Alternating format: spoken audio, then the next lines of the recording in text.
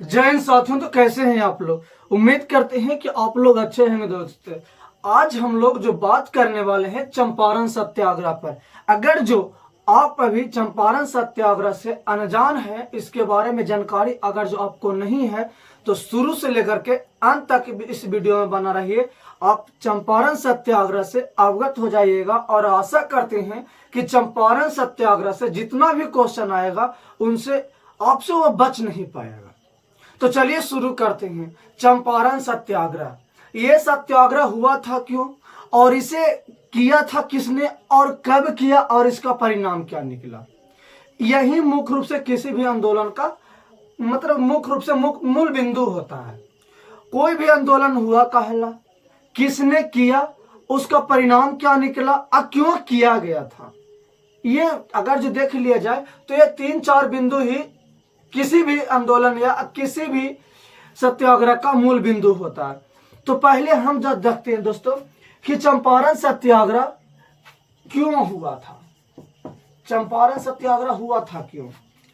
चंपारण सत्याग्रह एक जो 3 कठिया प्रथा को था उसी को लेकर हुआ था, क्योंकि किसान को अंग्रेजी सरकार जबरन 1 बीघा में 3 कट्ठा नील की खेती करने के लिए कहता था।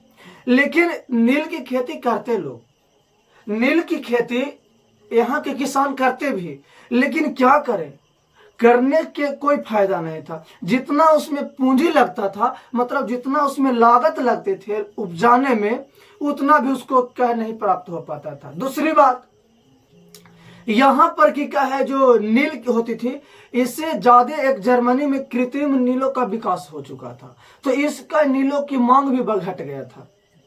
तीसरी कारण है कि जो नील की खेती जिस खेत में किया जाता था उसका उर्वरक शक्ति घट जाती थी, जिस कारण से ये किसान लोग नील की खेती नहीं करना चाहते थे, नील की खेती नहीं करना चाहते थे। अब दूसरी बात है, चंपारण सत्याग्रह आखिर किसके नेतृत्व में हुआ? नेतृत्व किसने किया? नेता कौन? नेतृत्व किसने किया चंपारण सत्याग्रह का? तो दोस्तों कांग्रेस के अधिवेशन, लखनऊ अधिवेशन 1916 में हुआ था, जिसमें भितिहारवा गांव के किसान के एक नेता थे राजकुमार शुक्ल। राजकुमार शुक्ल जो थे भितिहारवा गांव के किसान के नेता हुआ करते थे। उन्होंने जाकर के गांधी जी से पहली बार मुलाकात की है। कहां पे? लखनऊ में जाकर के गांधी जी से मुलाकात की है। लेकिन और गांधी जी से मुलाकात करने के बावजूद इन्होंने ये सारी घटनाएं गांधी जी को बताएं। जब गांधी जी को बताया गया तो गांधी जी इस पर विचार विमर्श करने के बाद वह पुनः अप्रैल 1917 ईस्वी को चंपारण की धरती पर उन्होंने आए। अप्रैल 1917 ईस्वी को चंपारण की वो धरती पर आए। अप्रैल, दोस्तों डेट याद रखिएगा, अप्रैल 1917 ईस्वी को उन्होंने चंपारण की धरती पर आए और इस सत्याग्रह का आयोजन किए। इस चंपारण सत्याग्रह का आयोजन किए। जब गांधी जी की इस सत्याग्रह को लेकर लोकप्रियता को देखते हुए बिहार के कुछ और भी कांग्रेसी नेता थे जिन्होंने जाकर के गांधी जी का समर्थन किया। जैसे में ले लीजिए डॉक्टर राजेंद्र प्रसाद, जेबी कृपलानी, अनुग्रह नारायण, बहुत सारे ऐसे भी नेता हुए जिन्होंने जाकर के गांधी जी की समर्थन किए, जैसे में डॉक्टर राजेंद्र प्रसाद, जेबी कृपलानी। तो इन सारे नेताओं, कांग्रेसी नेताओं ने जाकर के उन्हें गांधी जी का समर्थन दिए इस सत्याग्रह को लेकर। वहीं याद रहे एक दक्षिण भारत के किसान के नेता हुआ करते थे एनजी रंगा। ये दक्षिण भारत के किसान के नेता हुआ करते थे जिन्होंने इस आंदोलन का विरोध किया, जिन्होंने इस यानी चंपारण सत्याग्रह आंदोलन का उन्होंने विद्रोह किया। देखिए यहाँ पर डबल बात है, कुछ लोग उसका समर्थन कर रहे हैं तो कुछ लोग उसका विद्रोह कर रहे हैं। जैसे में राजेंद्र प्रसाद, जेबी कृपलानी इत्यादि बिहार के कांग्रेसी नेता के साथ चंपारण सत्याग्रह को लेकर के सत्य समर्थन दे रहे थे, वहीं दक्षिण भारत के किसान के नेता एनजी रंगा इनका विरोध कर रहे थे।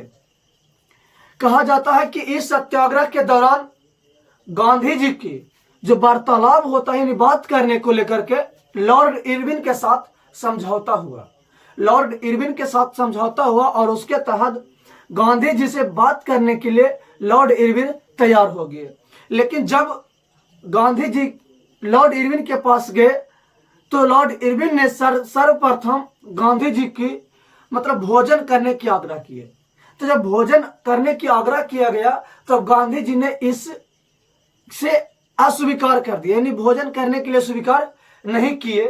तब लॉर्ड इरविन ने एक और प्रयास किया और गांधी जी को दूध पीने के लिए आदेश दिए, लेकिन ये आदेश गांधी जी ने नहीं टाल सके और उन्होंने दूध पीने के लिए वो मान गए।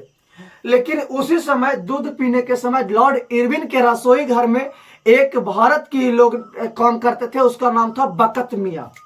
बकत मियाँ जो था वह लॉर्ड इरविन के रसोई में काम करता था और इसे कहा गया था कि जब गांधी जी को दूध लाकर दिया जाएगा तो उसमें जहर मिला दीजिएगा, जिसके कारण गांधी जी मर जाएगा और ये सत्याग्रह भी हो जाएगा, खत्म हो जाएगा। लेकिन चंपारण सत्याग्रह के दौरान गांधी जी की जान किसने बचाया? तो वो बकत मियाँ ने बचाया था, क्योंकि इन्होंने दूध में जहर नहीं मिलाई, जिस कारण से कहा जाता है कि गांधी जी की जान बच पाया था। अन्यथा गांधी जी चंपारण सत्याग्रह के दौरान ही उन्हें मृत्यु प्राप्त हो जाती। इसके आगे चलते हैं। फ्रैंक सलाई, अंग्रेजी सरकार के अध्यक्षता में, फ्रैंक सलाई के अध्यक्षता में एक कमेटी का गठन हुआ। फ्रैंक सलाई की अध्यक्षता में एक कमेटी के गठन हुआ, Champaran agrarian committee. Champaran agrarian committee जिसकी स्थापना हुआ Champaran agrarian committee. Champaran agrarian committee Frank Sly की अध्यक्षता में इसकी गठन हुआ और इसके गठन के एक सदस्य महात्मा गांधी को भी चुना गया और महात्मा गांधी ने फ्रैंक सलाई को अपने पक्ष में कर लिए। क्योंकि महात्मा गांधी एक वकील थे, बैरिस्ट थे, जिन्होंने लंदन से पढ़ाई करके 1891 ईस्वी में भारत लौटे थे। लेकिन भारत में वकीलों की कमी थोड़े न था, जिस कारण से इन्हें कोई पूछ नहीं रहा था। तो इन्होंने क्या है, अब्दुल मुनीद के केस को लेकर के दक्षिण अफ्रीका चले गए थे। दोस्तों इस पर अलग से वीडियो बनाएंगे, इस पर देखते हैं। तो चंपारण एग्रीनियन कमेटी की एक सदस्य महात्मा गांधी को बनाया गया और महात्मा गांधी ने फ्रैंक सलाई को अपने पक्ष में कर लिए और अपने पक्ष में करने के बावजूद उन्होंने अपना जो एग्रीनियन कमेटी के दौरान जो रिपोर्ट दिया गया उसमें कहा गया कि ये जो किसानों के द्वारा जो कर लिया गया है वो किसानों के विरुद्ध है, इसे लौटा देनी चाहिए। जिस कारण से फ्रैंक सलाई की अध्यक्षता के दौरान एग्रीनियन कमेटी के अनुसार अंग्रेजी सरकार ने किसानों के द्वारा जो अवैध वसूली किया गया था उसे लौटाने के लिए तैयार हो गए और कहा जाता है कि लगभग जितना भी वसूली किया गया था उसके 25% लौटाने का काम किया। यानी हम कह सकते हैं कि इस सत्याग्रह के दौरान महात्मा गांधी का यह सफल सत्याग्रह माना जाता है। यानी यह भी कह सकते हैं कि महात्मा गांधी द्वारा भारत में किया गया पहला सत्याग्रह कौन था? तो वो चंपारण सत्याग्रह था। और कब हुआ था? तो ये अप्रैल 1917 में हुआ था। चंपारण सत्याग्रह का नेतृत्व किसने किया था? तो वो महात्मा गांधी ने किए थे। इसके दौरान इसका निष्कर्ष क्या निकला? तो इसका निष्कर्ष यह निकला कि चंपारण सत्याग्रह के दौरान जितना भी का जो तीन कठिया प्रथा था वो तीन कठिया प्रथा को समाप्त करके अब पुनः से जो वहां पर विधि व्यवस्था बनाई गई थी उसे ही लागू किया गया। दोस्तों शुरू से लेकर अंत तक बने रहने के लिए आप लोग के ढेर सारे शुभकामनाएं। फिर मिलते हैं अगले वीडियो में। जय हिंद।